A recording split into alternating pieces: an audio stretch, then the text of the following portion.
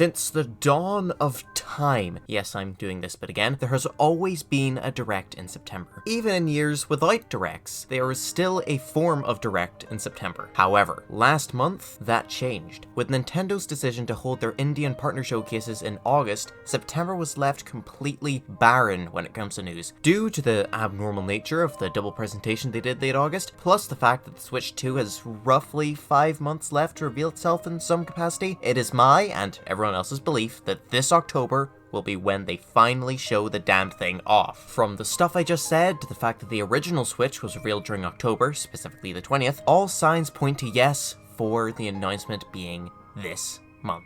Especially since October just has Mario Party. Sure, I love Mario Party to bits, but Nintendo doesn't see it as all too important. Unlike Zelda or Mario and Luigi, they'd be happy for it to be overshadowed by the reveal of a new system. Speaking of which, the new system. In today's video, I'll be doing the ever-classic bingo board to try predict what we will discover about this bloody thing. Starting off with a quick mention of the Alarmo. Look, as much as I love this funny little guy, I highly doubt that this is all Nintendo wants to announce when it comes to the month of October, especially considering the Nintendo Switch Online playtest program, something related to a new feature for the Nintendo Switch Online service offered for the Nintendo Switch system. Due to how this was for expansion pass members only, myself and many others have a feeling this is going to be some sort of new system edition, maybe. It's weird. Why test it through people? Is it a spiritual successor to Miiverse? Is it an achievement system like Mario Maker 2? I don't know. Okay, so it turns out it's some sort of like monkey MMO thing, but I don't think this is the real game. I think Nintendo was pulling a ruse on us. They're pulling the wool over our eyes. They're just testing these various different systems for an actual game. I don't think this will be a fully made thing. They're just testing a bunch of users being in the one place together and having environments that they can decorate and they all exist in the same space, but not really. But I don't know. I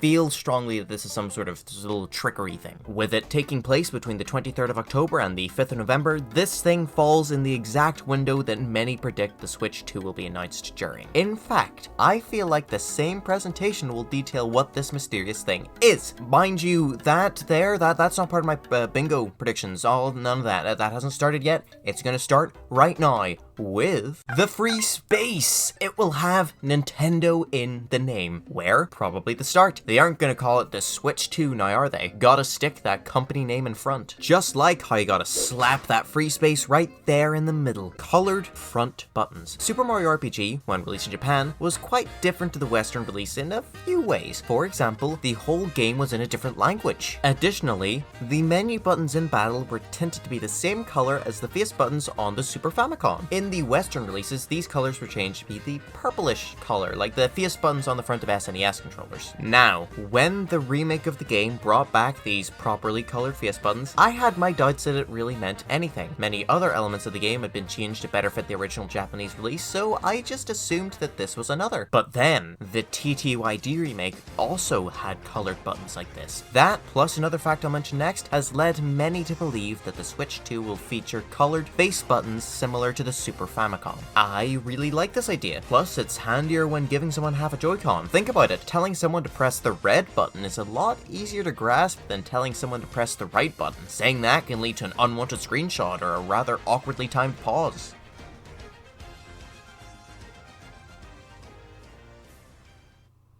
Like this one. Speaking of ones, put this one over there. 4K support. The 1000-Year Door remake, yeah, you can see why I say TTYD now, made one small slip up in its code. Sorta. Okay, maybe the game's code has a lot more flaws in it, I don't know, man. But what I do know is that there was a few lines relating to outputting to 4K. 4K, you might foresay, but the Switch only does 1080p. Exactly. Thus, it must be there for Switch 2 reasons. Why else would it be there? What, you think they're doing this so the people playing on Yuzu can get a chance to play in 4K? I don't think Nintendo's doing that. Something tells me they're not doing that. I wonder what it is. Even if this theory is wrong, the Switch 2 will have 4K support. It's gonna release in 2025, probably. Man, I highly doubt Docked won't support 4K. Just like how I highly doubt this point won't be added. Oh, yep, there it is. It's making its way on here. Christ, he's slow. Magnetic Joy-Con. When information started coming out about the Switch 2 recently, well, when writing this. One of the big things people had been stating was a shift away from the sliding system the current Joy-Cons use to connect to the Switch. Considering the number of times I've seen a Switch that has had its Joy-Cons all a slipping and a sliding, I think it is the right choice to move away from this design. Some people worry that the magnets will mess with the electronic components, and look, guys, I know about the currents and how they create magnetic fields and how the magnetic fields can induce currents, but like, do you really think Nintendo hasn't considered this? They know. If I know, they definitely know. Some leaks have went on to say it's some sort of magnet that turns off and on, so see, that's them with their knowing, doing the goods. Anyway, this one is definitely happening because of this charging port thingamabobber. Clearly, this is Nintendo's way of allowing the old Joy-Con to pair up to the Switch 2. With this being available from October 17th onward, it definitely seems like it is setting itself up to be ready for those who are excited looking at the Switch 2 going, oh my god, I need to buy something. Speaking of excitedly looking, excitedly look at this new button. Now, I know what you may be asking. Button? New? What? Well, my friends, this here leak shows some images of an in-production Switch 2, I think that is the terminology, with many who work in the field of manufacture commenting on how this appears to be legit. It would be foolish not to mention this leak. For now, what I want to focus on here is this additional button. Being placed underneath the home button, this square section of mystery has left many wondering, myself included, what in God's name it is. With going home and photo capture already taken, one can only guess what this will be for. Perhaps recentering the IR thing on my screen? Perhaps point number 6? Yeah, my last guess will be told to you in a moment, but first I need to discuss the other big thing of this leak. That being the place of this prediction! Just kidding, there's something else to discuss too. Mind you, this guy's placement was still necessary for the video, so put her there. A second USB-C. A massive complaint many had when it came to the Switch was its inability to be charged while in handheld stand mode. This charging port being located on the bottom of the system simply did not allow for such a thing without the use of an external assisting thingamabobber, like a third-party stand or something. This leak shows a second USB-C port on the top of the system. Hooray! Or is it? YouTube channel Nintendo Forecast discussed a rather interesting use for this second hole. This being as a method for accessories to be added to the Nintendo Switch system itself, from a second screen allowing for DS gameplay to a second 3D screen allowing for 3DS gameplay. I am rather fond of this concept and can see how many possible uses it could have. What if you could attach a Game Boy Advance cartridge slot, thus allowing for those who own the physical titles to play certain games even if they do not own Nintendo Switch Online? How about connecting a Wii sensor bar to the top of the system, allowing Wii remotes to pair to the thing and being used in certain games? What if we get a Nintendo Switch Vitality sensor? The possibilities for this thing are rather endless, which is exactly why this thing will only be able to be used for charging and bugger all else. Speaking of buggering, that is what is happening to you as I delay the point you've all been waiting for by deciding where this goes on the bingo board. Here seems nice. The Nintendo DS cannot be added to the Nintendo Switch online service. This is for one rather simple reason. The Switch lacks a microphone, but what if it didn't? That's right, baby! Prediction number 6, microphone. What's the new button? Turning the microphone off and on, probably. Why? Voice chat, baby! Or not. Anyway, yeah, the microphone was on the DS, 3DS, and Wii U, but it mysteriously vanished from the Switch. Ooh. It would be cool to see it back. That way, the next Mario & Luigi game can truly test my lungs like how a proper game in the series does. Just like how putting the microphone prediction here is how a true gamer does things. New Pro Controller. With the Joy-Con getting an upgrade, why not give this funny little guy some love too? Slapping in the new button here, adding in, I don't know, adaptive triggers or whatever there. Perhaps the controller will receive an updated D-pad. Hopefully it does, because I hate the current D-pad. I hate it so goddamn much. I press up and it goes upright, or sometimes just fully goes right despite the fact I pressed up. It stinks bad. Nintendo, fix please. See, look, even the prediction has entered the designated please square on the bingo board. That's how much it's trying to please. A larger non-OLED screen. Way back many moons ago, the Game Boy Light was released as a Japan exclusive evolution of the Game Boy. It was a Game Boy with a backlight, something everyone had been clamoring for since about, let's see, carry the 3. Day 1. As some of you may know, the GBA was then released afterwards without a backlight. I fear, well maybe not fear, that something similar will happen here with the next Switch not having the advancements of the later model in a similar manner. Despite the fact that we have seen the wider kickstand on this new leaked model, many leakers are saying not to expect the OLED screen part to actually have been brought over to this new system. And honestly, I can live with that. My wallet will also be able to live with that because good God, imagine how much the system would cost if it had a bigger screen, and that screen was OLED. Oh yeah, as you saw earlier, this new system is larger, thus holds a far bigger screen, rivaling the size of the Steam Deck. This handheld is now only fit to be held in the hands of freaks such as myself. Look at these big things. I don't actually want to record my hands for this bit, so just imagine kind of big hands. No more cramps! Yeah! That being said, the process of sliding these things into this little bingo man is really starting to cramp my hand proper bad. This one could go here to give my hand a bit of a rest. New dock. Expectedly, a differently shaped system will come with a brand new dock. Predictions? Maybe a nicer material that doesn't scratch the goddamn screen. Ethernet port alongside, say, 3 USB 3.0 ports, 2 USB-C ports, and enough technological bits knocking about inside to be able to connect over the internet to the new and old systems. Why? Well, prediction number 10. Dual screen support with a TV. That's why. Through connection of your new Switch model over the internet, you can use it as a pseudo Wii U gamepad. This allows for Wii U, DS, and 3DS titles that would have potentially been awkward to port over otherwise, now easily being able to make their way on here. This sounds like a lot of work, but it ties into everything I've suggested and theorized so far. All you need is a Wii sensor bar add-on and a disc reader add-on that does Wii U, Wii, and GameCube. You could put that with this new feature, and you could essentially get a Wii U. You could turn your Switch into a Wii U. Who wouldn't want that? Most sensible people? Fair. Anyway, let's put those two awesome sauce predicciones here and, here. Yeah, with GameCube titles frequently being remade and ported and remastered by Nintendo, I have my doubts that they will be bundled into a subscription service app like the N64 and SNES was. This, plus the 3DS finding itself in a rather similar scenario, leaves only 2 systems left for Nintendo to potentially add to their service. Since the Virtual Boy won't be a selling point, DS it is! With graphical capabilities somewhere between the N64 and Super Nintendo, this popular system is a shoo-in for grabbing attention, especially if they can convince those greedy bastards over at Game Freak to finally say yes to adding proper Pokemon games to NSO. Sure, there's other non-Nintendo systems that could be added instead, with stuff like the original Xbox and the Neo Geo or whatever having a shot, but I don't care. I'd rather have the Virtual Boy at that point. Just like how I'd rather not have to state where I'm putting my bingo things each time. I need to write so many of these, man. It's a real nuisance.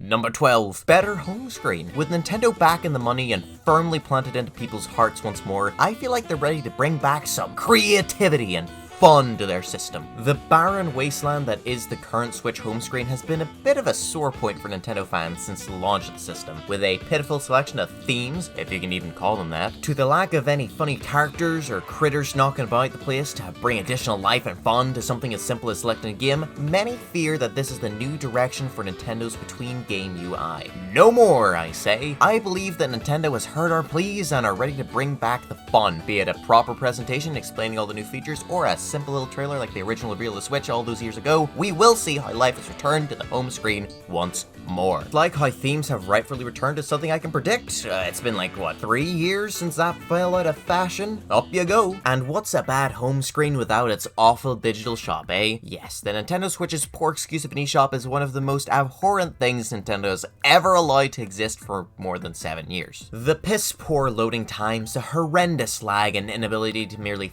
function, mixed in with its terrible presentation, bad layout, and lack of music results in a part of Nintendo history I hope they plan to brush under the rug. I mean, I know that if I had a store filled with so much borderline pornographic content, I'd sure wish to pretend it never existed. The closest this thing has ever came to not being sucks is during the Mario 35th anniversary. Even then, though, it still wasn't great.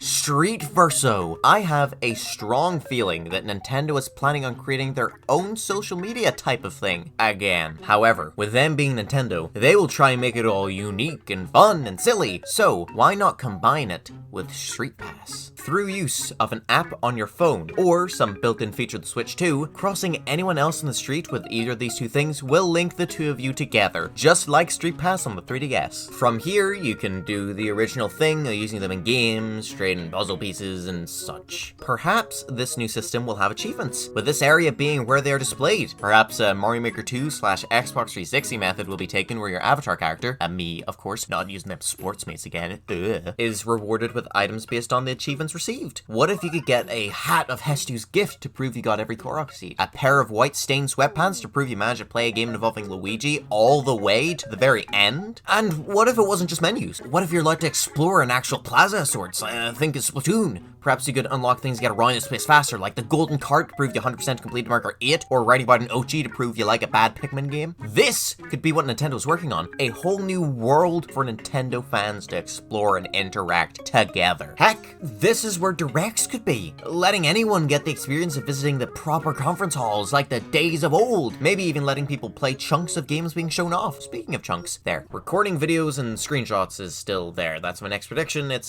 that. The button is still in the controller. Why would the button still be there if they remove the feature? Plus, this would tie in with my Street Verso idea. Patent pending. Speaking of ties, I'm running out of ways to tie my mouth words back to putting these things in the right place. Like up there, now. Almost everything so far could very easily be shown off in a teaser trailer for the system. Similar to the Switch 1 reveal. Glimpses on the TV and in the person's hands. But everything from this point onwards assumes that we will get a proper presentation. A full-on dive into the world of Switch 2. Logically, a Direct makes a hell of a lot more sense to me. If this system truly is just an improved Switch, then Nintendo needs to bring people in with more than just the concept. They will need to show off games. They'll need to show off why you should upgrade. They can't do all that through 2 minutes of clips featuring people happily playing a game. A part where they compare gaming on the Switch to the Switch 2. Certain games really struggle to run on the Nintendo Switch. The Legend of Zelda Tears of the Kingdom, the remake of The Legend of Zelda Link's Awakening, The Legend of Zelda Echoes of Wisdom. Wait a minute. Yeah, that series has had it rather rough when it comes to consistent frame rates on this system. Even Breath of the Wild had difficulties at points, and it was built for the Wii U. Simply showing off how the Switch 2 makes a game run at higher resolutions and better frame rates with faster load speeds will already be a big bonus for people. With the code and Paper Mario TTYD's remake having support for 4K, this prediction is all but confirmed. Just like how it's all but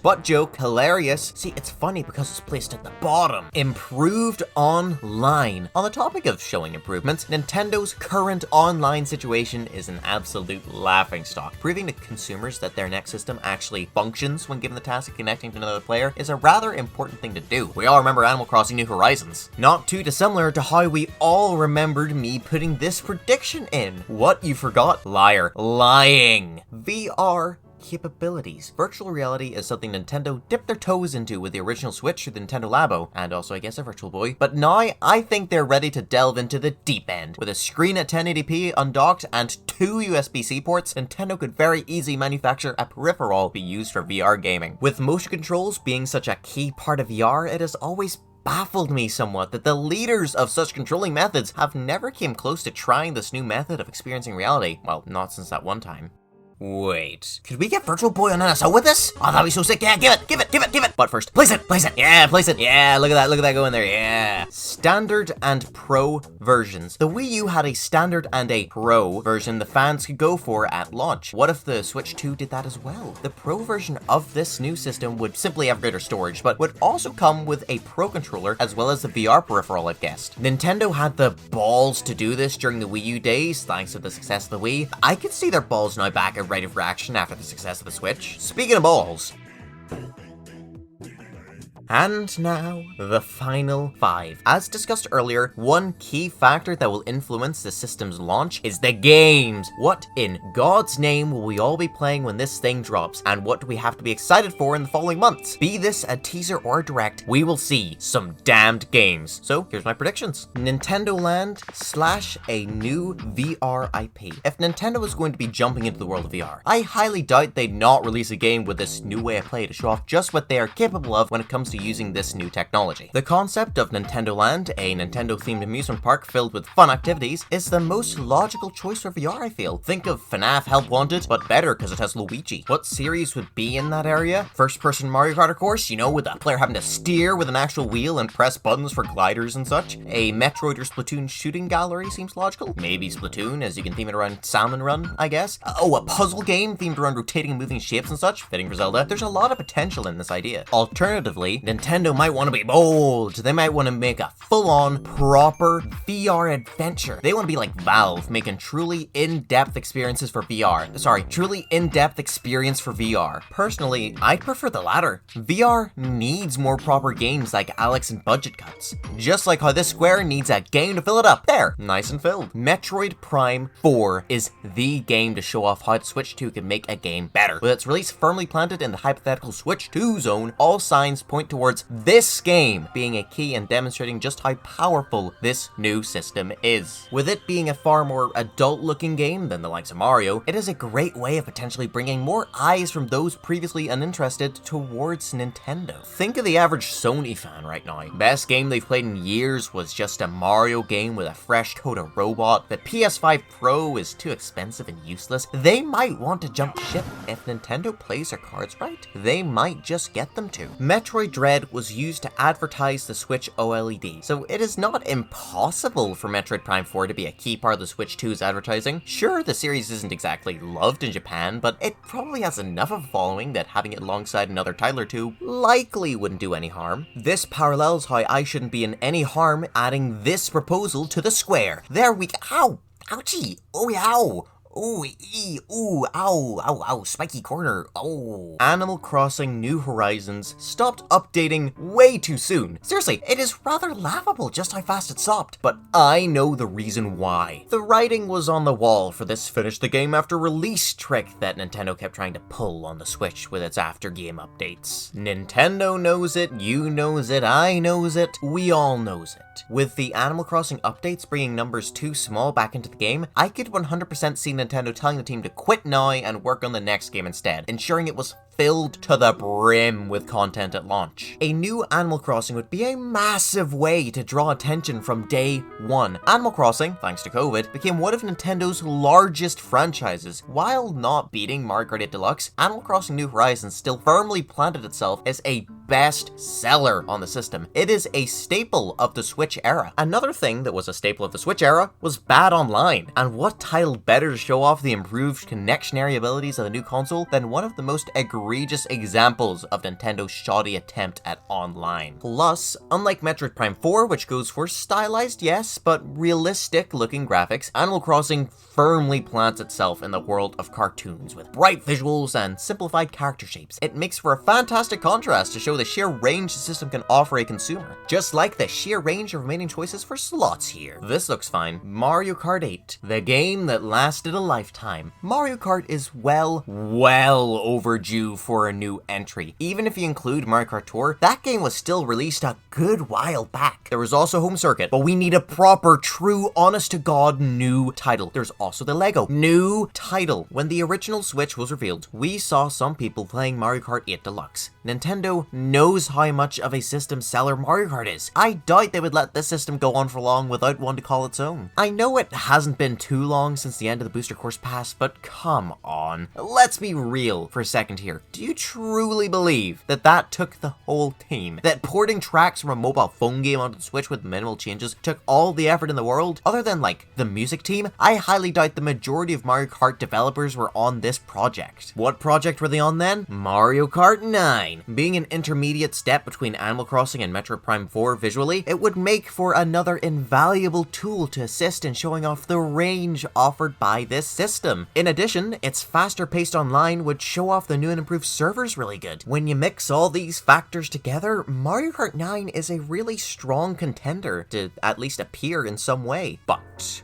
there is a contender yet stronger. A contender that makes the most sense, that has no issues with things that have technically released too close to now for a whole new game to be done, or it's not the right time, or any of that nonsense. A contender that could very well be the game to define this system. The Breath of the Wild, the Wii Sports, the Nintendo dogs plus cats, ladies, gentlemen, and all the other folk, this contender is none other than a new 3D Mario. Look, I know this is like the 6th time I've predicted this, but think about it. Mario Odyssey, released October 2017, just over 7 years old. Bowser's Fury, early 2021, well over 3 years old by this point. Every Nintendo system gets a new 3D Mario close to its launch. Ever since the N64, it has been a necessity. This is the big title. The guy to lead the charge. The one everyone will be playing on day one. Tears of the Kingdom was too recent for Zelda to have a shot. Pikmin is in a similar situation thanks to 4. A new 2D Metroid or Kirby just wouldn't have enough drawing power. Pokemon isn't fully Nintendo, so it wouldn't be that. Also, it sucks. The only other potential contender would be a new Super Smash Bros. But with talks of Sakurai returning to game development only being recent, plus the fact that Nintendo stocks kind of went way down after that one time their E3 was just 75% Smash Bros, I am 100%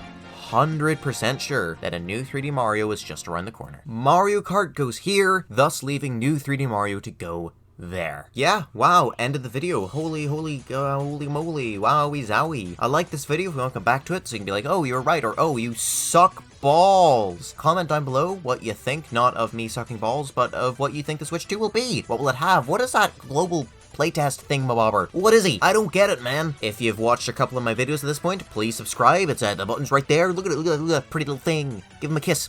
Ooh, pretty. My next video, other than potentially a video talking about the Switch 2 if it actually does get announced within the next 2 weeks, will be the Pikmin one. It was really weird making a prediction video without bringing up wanting a new Mario and Luigi, because like, that's been the thing. That has been the one thing I've said for years, and now here we are. We've gotten one. I can't predict it'll be in the Switch 2 presentation. I mean, I could have. It probably will be, now that I didn't predict it, but oh well. That is literally everything. I can't stretch this video any longer. Just kidding, here I go. Ooh, wow. Stretched out. Oh yeah. Yeah, that's it. Bye-bye.